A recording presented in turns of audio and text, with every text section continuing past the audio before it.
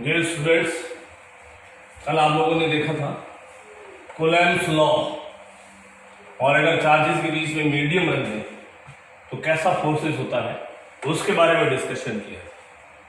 अब चलिए इसके बाद एक नया टॉपिक स्टार्ट करते हैं, इसी का आगे फर्दर फॉरवर्ड करते हैं, जिसको बोलते हैं इलेक्ट्रिक फील्ड, यानी वैद्युत क्षेत्र।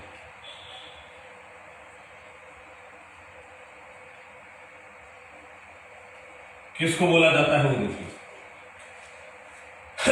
मान लीजिए कि ये कोई चार्ज है, तो ये अपने से किसी भी डिस्टेंस पे फोर्स लगाएगा। कितना लगाएगा? के Q1 Q2 upon R square. तो इस चार्ज के चारों ओर का वो एरिया, कौन सा एरिया? जहां तक ये चार्ज किसी दूसरे चार्ज पर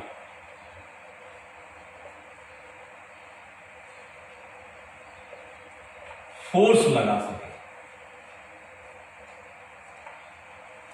ये चार्ज किसी दूसरे चार्ज पर, देखो जैसे जैसे डिस्टेंस बढ़ेगी वैसे वैसे फोर्स कम होगा। वैसे तो इनफाइनाइट पे जाके जीरो होगा, पर अपन ये मान लें कि फाइनाइट सर्किल है, फाइनाइट डिस्टेंस, यानी वो डिस्टेंस इसके चारों ओर की जहां पे ये किसी दूसरे चार्ज पे फोर्स लगा सकता है, उसको बोला जाता है इसका इलेक्ट्रिक फील्ड, इस चार्ज का इलेक्ट्रिक फील्ड। ओके, हमें क्या पढ़ना है? हमें पढ़ना है intensity of electric field. Intensity of electric field का मतलब होता है वैद्युत क्षेत्र की तीव्रता। क्या मतलब होता है भैया? वैद्युत क्षेत्र की तीव्रता। तो ये बोलता है कि अगर इसमें, इस वैद्युत क्षेत्र की तीव्रता की बात कर रहा है कि अगर इस आवेश के चारों ओर कहीं भी एक टेस्ट चार्ज रख दिया जाए,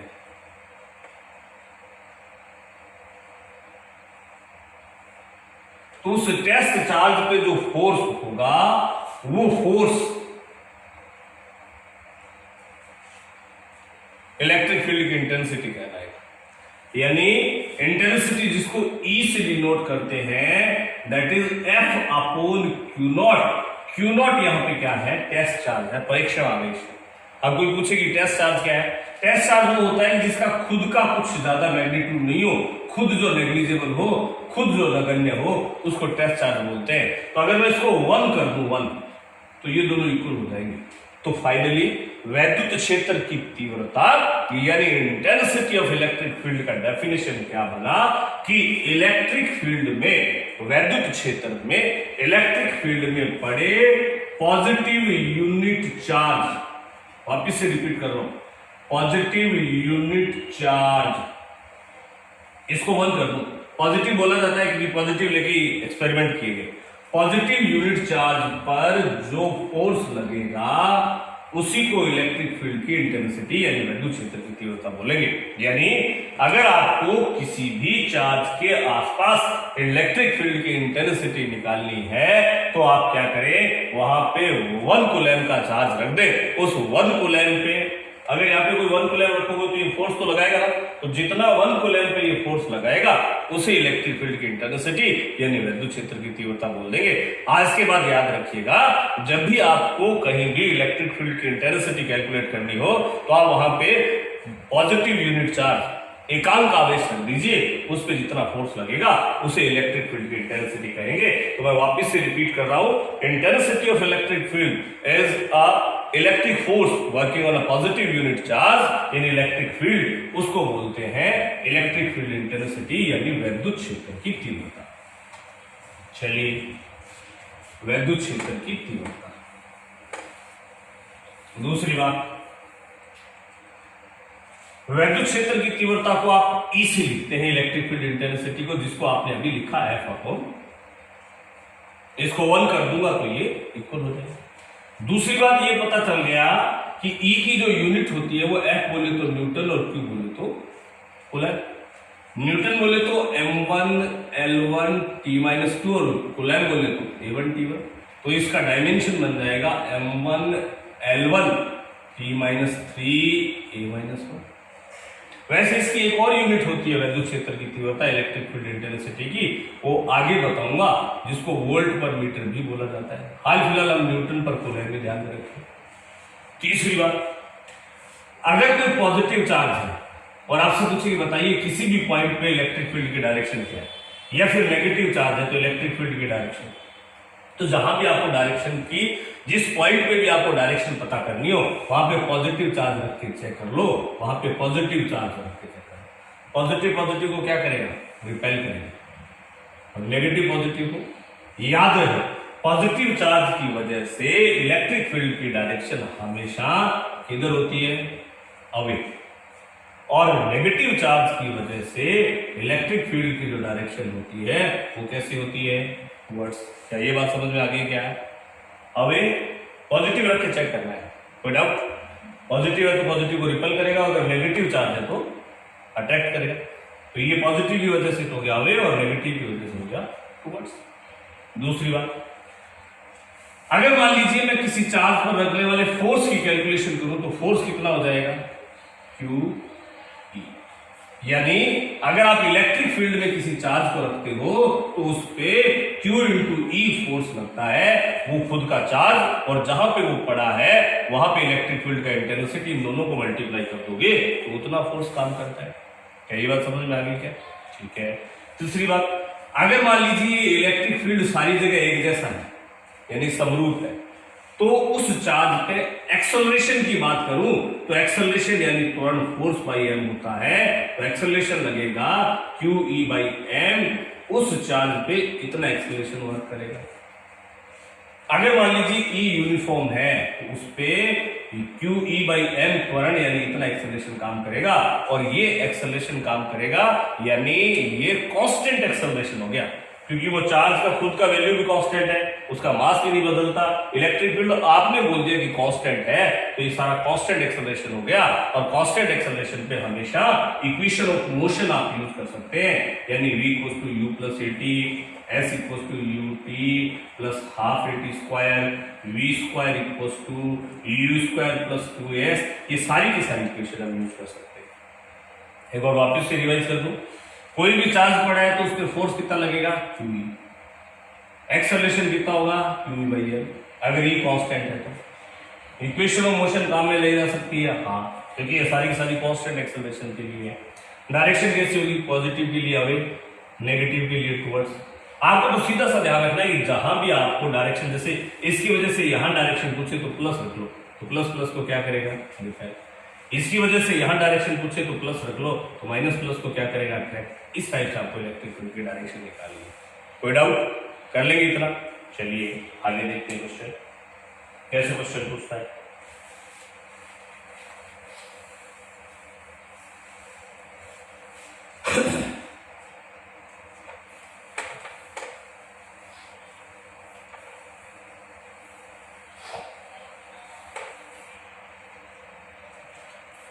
आपसे बोल रहा है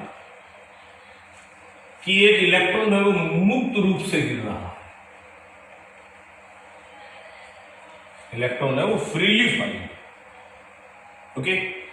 अब फ्रीली फॉलिंग इलेक्ट्रॉन जो है उसको आप तो हवा में बैलेंस करना चाहते हैं, तो बैलेंस करने के लिए इलेक्ट्रिक फील्ड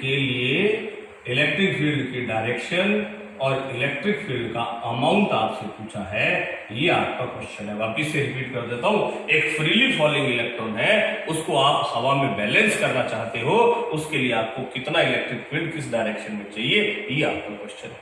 करेक्ट। चलिए मान लीजिए कि इलेक्ट्रॉन ये गिर रहा है, किसकी वजह से, ग्रेविटी की वजह से। अब बैलेंस होने के लिए इसके फोर्स लगना चाहिए ऊपर की ओर, तभी तो ये अपोजिट डायरेक्शन के फोर्स लगे, और फोर्स कितना लगता है, Q इंटू ई। तो बैलेंस होगा तो क्यू ई किसकी इक्वल होगा, एम जी, तो ई किसकी इक्वल होगा, m g upon q. Electron का मास जानते हो क्या, हाँ जानते हैं, इलेक्ट्रॉन का मास 9.1 इंटू 10⁻³ kg, जी बोले तो इलेक्ट्रॉन का चार्ज 1.6 इंटू 10। यहां से जो वैल्यू आएगी इतने न्यूटन पर कूलम का इलेक्ट्रिक फील्ड आपको लगाना पड़ेगा। ये तो हो गया अमाउंट। अब डायरेक्शन की ओर बात करते हैं। अगर वो इलेक्ट्रिक फील्ड मैंने अपसाइड लगा दिया तो आंसर गलत हो जाएगा। क्यों? क्योंकि मैंने बताया था नेगेटिव चार्ज पर फील्ड के अपोजिट डायरेक्शन फोर्स लगता है। अभी मैंने बताया था, देखिए ये पॉजिटिव है, इसमें यहां पे मान लो फील्ड की डायरेक्शन है, फील्ड की डायरेक्शन किधर होती है? पॉजिटिव की वजह से अवे। मैं यहाँ पे एक नेगेटिव चार्ज रखता हूं तो ये पॉजिटिव नेगेटिव को क्या करेगा? अट्रैक्ट। अगर मैं यहाँ पे पॉजिटिव रख दूं तो ये पॉजिटिव पॉजिटिव को क्या करेगा? रिपेल। इसका मतलब इलेक्ट्रिक फील्ड की डायरेक्शन तो थी ये हमेशा अवे, तो इसका मतलब ये हुआ कि नेगेटिव चार्ज पर फील्ड के अपोजिट फोर्स लगता है, पॉजिटिव चार्ज पर फील्ड की डायरेक्शन में फोर्स लगता है। नेगेटिव चार्ज पर फील्ड के अपोजिट डायरेक्शन में, पॉजिटिव पर फील्ड की डायरेक्शन में, नेगेटिव चार्ज पर फील्ड की अपोजिट डायरेक्शन में, पॉजिटिव चार्ज पर फील्ड की सेम डायरेक्शन में फोर्स लगता है। ये कैसा चार्ज है? इलेक्ट्रॉन है, नेगेटिव है, तो हम चाहते हैं फोर्स इधर रखे, इसलिए इलेक्ट्रिक फील्ड इधर होना चाहिए। इलेक्ट्रिक फील्ड इधर होगा तभी से नेगेटिव चार्ज पर फील्ड के अपोजिट ऊपर की ओर फोर्स लगेगा, और हम ऊपर की ओर फोर्स चाहते थे ताकि इसको काउंटर बैलेंस कर सके। क्या ये बात आपको समझ में आ गई? क्या याद रख लेना, ये मत सोच लेना कि फोर्स ऊपर लग रहा है तो ये आंसर दे दो अपवर्ड, गलत हो जाएगा ये। अपवर्ड अगर आप इलेक्ट्रिक फील्ड लगाओगे तो ये नेगेटिव चार्ज है, नेगेटिव पर फील्ड के अपोजिट में फोर्स लगेगा, फिर ये क्यू नीचे लगेगा, नीचे लगेगा तो एनर्जी भी नीचे और क्यू नीचे, तो जीरो तो ही नहीं सकता, बैलेंस नहीं हो सकता।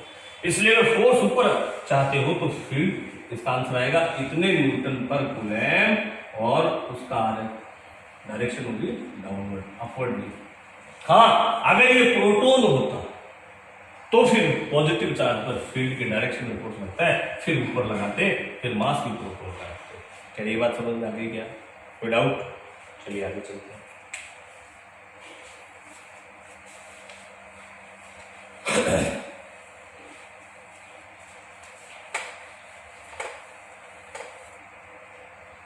आपसे पूछेगा कि याद करो एक एसएचएम में आपने ऐसे पढ़ा था सिंपल पेंडुलम,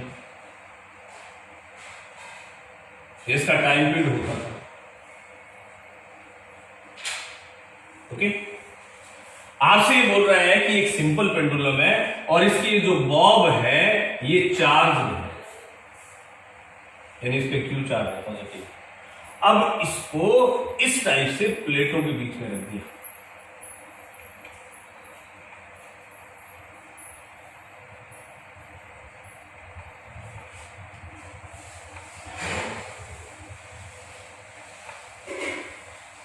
तो इसका नया टाइम पीरियड बताना है,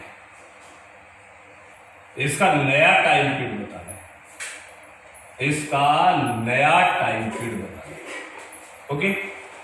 तो पहले तो जब अकेला था तो एनर्जी लग रहा था, एनर्जी लग रहा था, एनर्जी लग रहा था, मैं सिर्फ जी लिख रहा हूं, एम नहीं लिख रहा, यानी मैं एक्सेलरेशन की टर्म्स में लिख रहा हूं।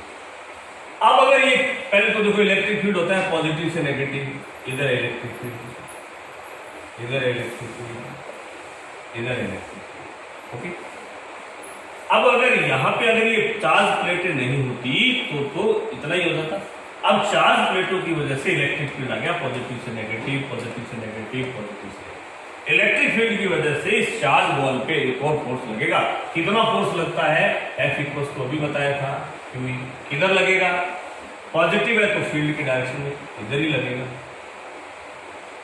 फील्ड की डायरेक्शन में इधर लगेगा, फील्ड की डायरेक्शन में इधर लगेगा Q इनटू,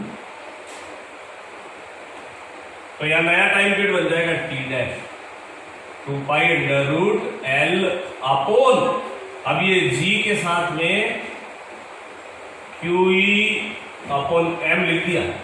ये M अपॉन में क्यों लगाया है? ये एक्सेल, यहाँ M लिखा नहीं ना, यहाँ एक्सेलरेशन लिखा तो यहाँ भी एक्सेलरेशन लिख देता हूँ, इसलिए M लगा दिया। समझ गए क्या? बोलिए। तो ये T डैश जो है इस T से क्या बढ़ाया बेटा, अपोन वाली क्वांटिटी बढ़ गई, तो T डैश जो है वो T से कम हो जाएगा। कम होने का मतलब पहले अगर U कर रहा था अब स्लो नहीं होगा। कम का मतलब पहले अगर 2 सेकंड में चक्कर काट रहा था तो अब 1 सेकंड में काटेगा। इसका मतलब ये कैसा हो जाएगा? पहले से। इसमें T डैश 2π√L अपॉन जी, दोनों अपोजिट डायरेक्शन में है। एन क्यों लगा रहा हूं? क्योंकि एक्सेलरेशन की टर्म में लिखा, यहाँ जी था, यहाँ जी माइनस है, डिनोमिनेटर कम हो गया तो टी डैश बड़ा हो गया। इस केस में टी डैश बड़ा होगा। बड़े का मतलब समझ रहे हो क्या? बड़े का मतलब ये नहीं कि फास्ट, बड़े का मतलब पहले 2 सेकंड में रोटेशन कर रहा था, अब 4 सेकंड में करेगा, यानी यहाँ कैसा हो जाएगा। इस वाले केस में मेरा टी डैश जो आएगा वो आएगा 2π√L। अब ये दो परपेंडिकुलर फोर्सेस हो गए, परपेंडिकुलर फोर्सेस को एक परपेंडिकुलर फोर्सेस बोल दो, एक्सेलरेशन बोल दो, इस टाइप से ऐड करते हैं। अभी भी जी में कुछ ऐड हुआ है, तो इसका मतलब डिनोमिनेटर बढ़ गया, तो ये टी डैश है वो टी से कम हो जाएगा और ये स्लो कम हो जाएगा। कम कम कम कम कम बोले तो पहले 2 था तो 1 सेकेंड। क्या ये बात समझ में आ गई?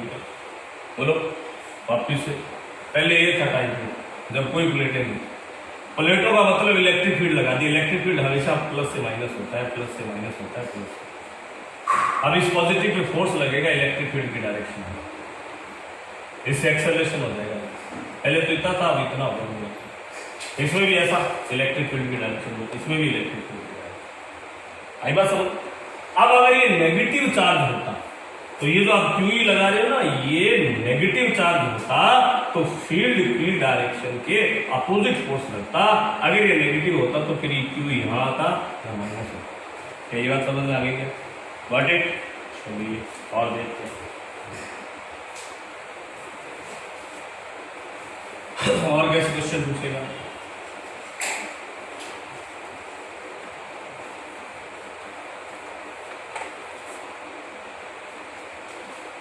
आपसे बोलेगा कि इस टाइप से एक सरफेस है,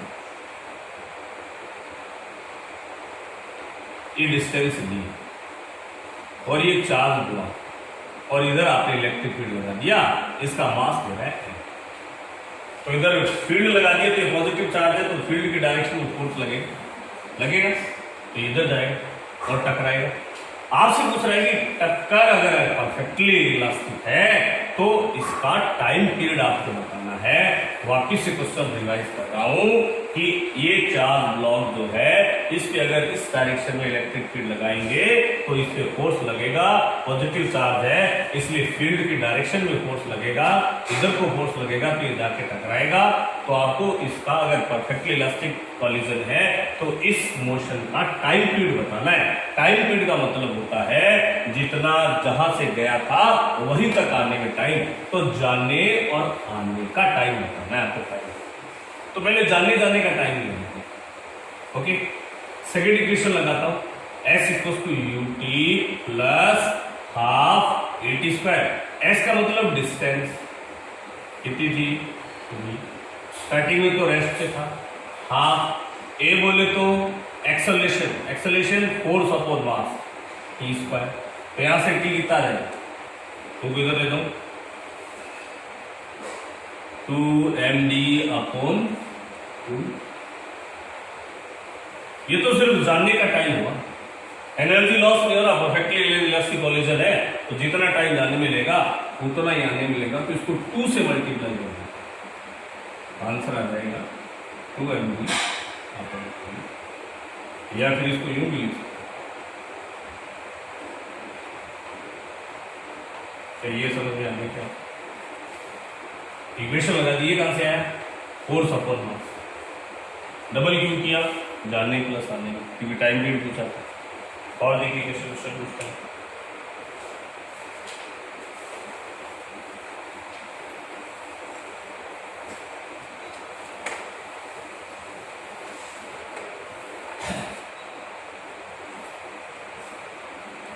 आपसे पूछ रहा है इस टाइप से सिंपल पेंडुलम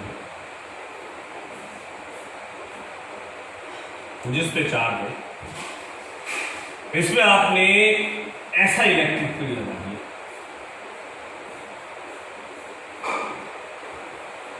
तो ये एक्स डायरेक्शन में यानी इधर लग गए, तो ये तो इधर जाएगा और इधर जाएगा, तो वो खुद ही बोल रहे हैं कि इक्विलिब्रियम में ये जो चार्ज वॉल है, ये जो थ्रेड है वर्टिकल से थीटा एंगल बना रहा है, तो थीटा की वैल्यू आपको बतानी है।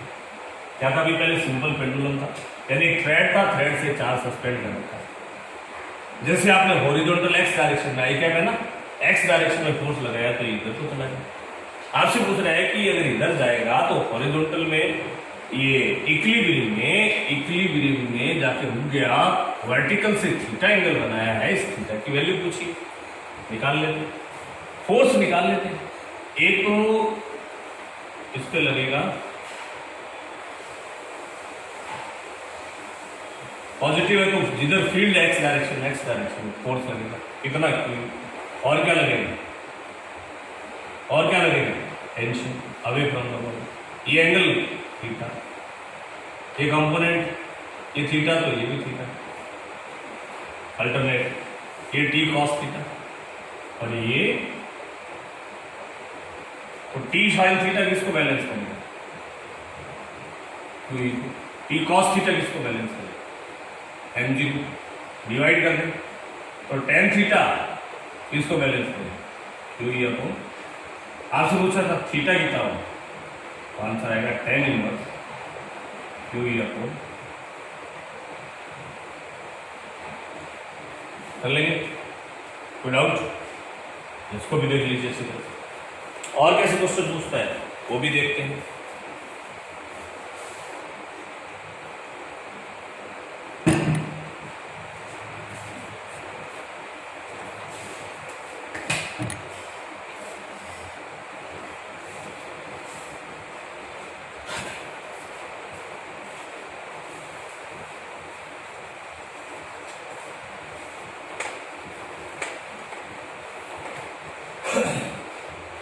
चलिए प्रीवियस एम्स में पूछा गया क्वेश्चन और देख लेते हैं क्या बोलता है। बोल रहा है कि इस टाइप से वही पेंडुलम था, क्यों था, इस बार ऐसा इलेक्ट्रिक फील्ड लगा दिया, ये आई कैप, यानी ऐसा लगा दिया, ना एक्स में ना वाई में। तो आपसे पूछा है कि अगर ऐसा इलेक्ट्रिक फील्ड लगाने पे टेंशन की वैल्यू 2mg 1 + √3 है, ऐसी कंडीशन में ये जो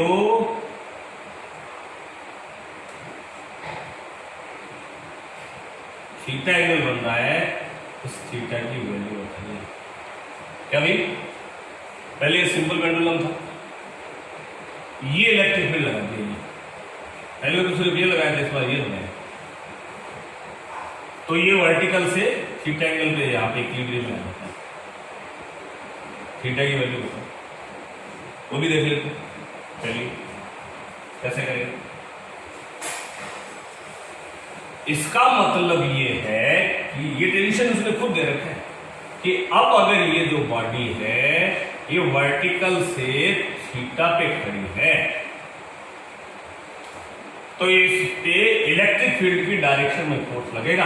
एक्स डायरेक्शन में इलेक्ट्रिक फील्ड है ई, तो और वाई डायरेक्शन में भी इलेक्ट्रिक फील्ड है ई, तो ये दोनों एक्स और वाई दोनों में लगेंगे क्योंकि वाई और एक्स दोनों में। और क्या लगेगा, और क्या लगेगा, ये क्या होगा, ये क्या होगा, ये क्या होगा, आई बात समझ में। पहले सिर्फ ये था तो एक्स में लगा दिया, अब पॉजिटिव चार्ज पे इलेक्ट्रिक फील्ड के डायरेक्शन में फोर्स लगता है तो एक्स और वाई दोनों डायरेक्शन में फोर्स लगेगा। बैलेंस कर देते हैं, टी साइन थीटा जो है वो किसके इक्वल है, और टी कॉस थीटा जो है, टी कॉस, ये mg, ये टी कॉस थीटा के साथ क्यू भी था तो इधर लेके जाता हूं mg माइनस क्यू। क्या ये बात समझ में आ गई क्या, कि T sine theta equal to q और टी कॉस थीटा है mg और ये प्लस क्यू था उधर, कोई डाउट? चलिए ये T cos theta equal to mg, क्या नहीं लिखा, क्यू ई हटा देते क्योंकि टेंशन mg के फॉर्म में, क्यू ई की जगह क्या लिख दे, टी साइन थीटा को उधर ले गया कॉमन, क्या रहा, sine theta plus cos theta equals to T की वैल्यू पुट कर देता हूं, 2mg upon 1 plus root 3 sine theta plus cos theta equals to mg। तो sine theta plus cos theta 1 plus root 3 upon 2। तो ये 2 अलग अलग अपॉन में कर देता हूं इसके भी।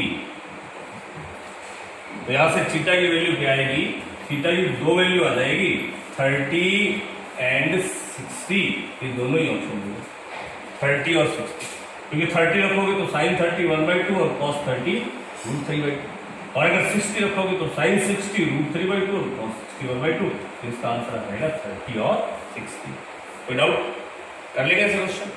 चलिए आगे और देखते हैं कैसे क्वेश्चन पूछता है। प्रीवियस एम्स में पूछा गया क्वेश्चन था।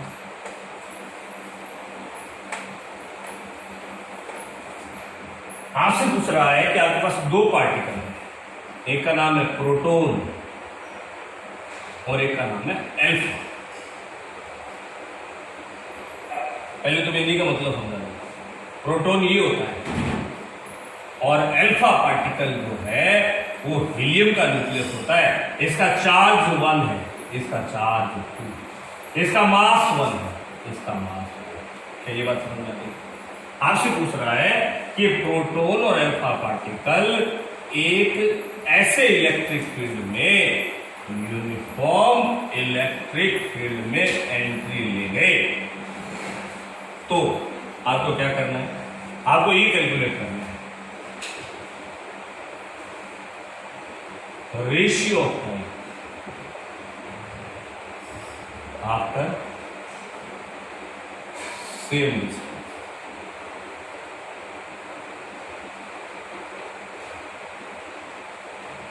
Ratio of velocity after same time.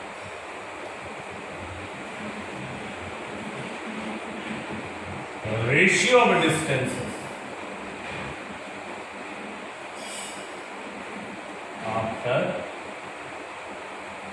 same time. वापिस से बता, टू पार्टिकल एक प्रोटॉन है और एक अल्फा पार्टिकल है, समरूप वैद्युत क्षेत्र यानी यूनिफॉर्म इलेक्ट्रिक फील्ड में छोड़ दी गई। जी रहा क्वेश्चन है, जी ratio of time after same distance, दोनों को छोड़ा, प्रोटॉन और अल्फा को दोनों ने सेम डिस्टेंस कवर किया। तो सेम डिस्टेंस कवर करने में इसको कितना टाइम लगा और इसको कितना टाइम लगा, उसका ratio. Ratio velocity after same time, 3 second के बाद देखा तो इसकी वेलोसिटी क्या थी और इसकी वेलोसिटी क्या थी, ये आपसे कोई डाउट? करेक्ट। पहले इसमें चलते हैं, ratio of time after same distance. आपके पास ऐसी कोई इक्वेशन है क्या जो डिस्टेंस और टाइम को रिलेट करे? हाँ है ना, सेकंड इक्वेशन ऐसी कुछ u t plus half at square. Starting में तो रेस्ट है, रेस्ट से कुछ बोले नहीं तो रेस्ट से मानना। रेस्ट जो है वो डिपेंड किस पे करेगा, आप तो कांस्टेंट है a t²। ए यानी एक्सेलरेशन, एक्सेलरेशन यानी फोर्स अपॉन मास। क्या बोलता है, यूनिफॉर्म इलेक्ट्रिक फील्ड यानी तो constant. Ratio of time after same distance, ये भी डिस्टेंस तो t जो है वो √m/q पे डिपेंड करेगा, m/q पे, यानी time of proton upon time of alpha m के तो डायरेक्टली प्रोपोर्शनल है, तो प्रोटॉन और अल्फा और q के इनवर्सली है, तो यहाँ प्रोटॉन और अपॉन अल्फा है, तो यहाँ अल्फा अपॉन प्रोटॉन आ जाएगा। क्या ये बात समझ आ रही है? Mass of proton, mass of alpha, charge of alpha, charge of proton, cancel out होके 1/2 आएगा। Second order ratio velocity after same time, ऐसी कोई इक्वेशन जो वेलोसिटी और टाइम को रिलेट करती हो। u तो 0 था इसलिए a हो जाएगा uniform electric ratio of velocity after same time, इस पर वो कह रहा है टाइम दोनों का सेम है, तो वेलोसिटी जो है वो q बाई एम के डायरेक्टली प्रोपोर्शन होगी, यानी velocity of proton upon velocity of alpha, q के तो डायरेक्टली प्रोपोर्शनल तो p अपॉन अल्फा, और m की इनवर्सली है p बाई एल है तो alpha by p, charge of mass of alpha, mass of cancel out okay. ऐसे ही आपको खुद करना है, ratio of distances after same velocity, ratio of distances, velocity और डिस्टेंस को रिलेट करने वाली इक्वेशन, इस टाइप से इलेक्ट्रिक फील्ड पर लगने वाले फोर्स से रिलेटेड क्वेश्चन पूछ सकते हैं। समझ में आया? चलिए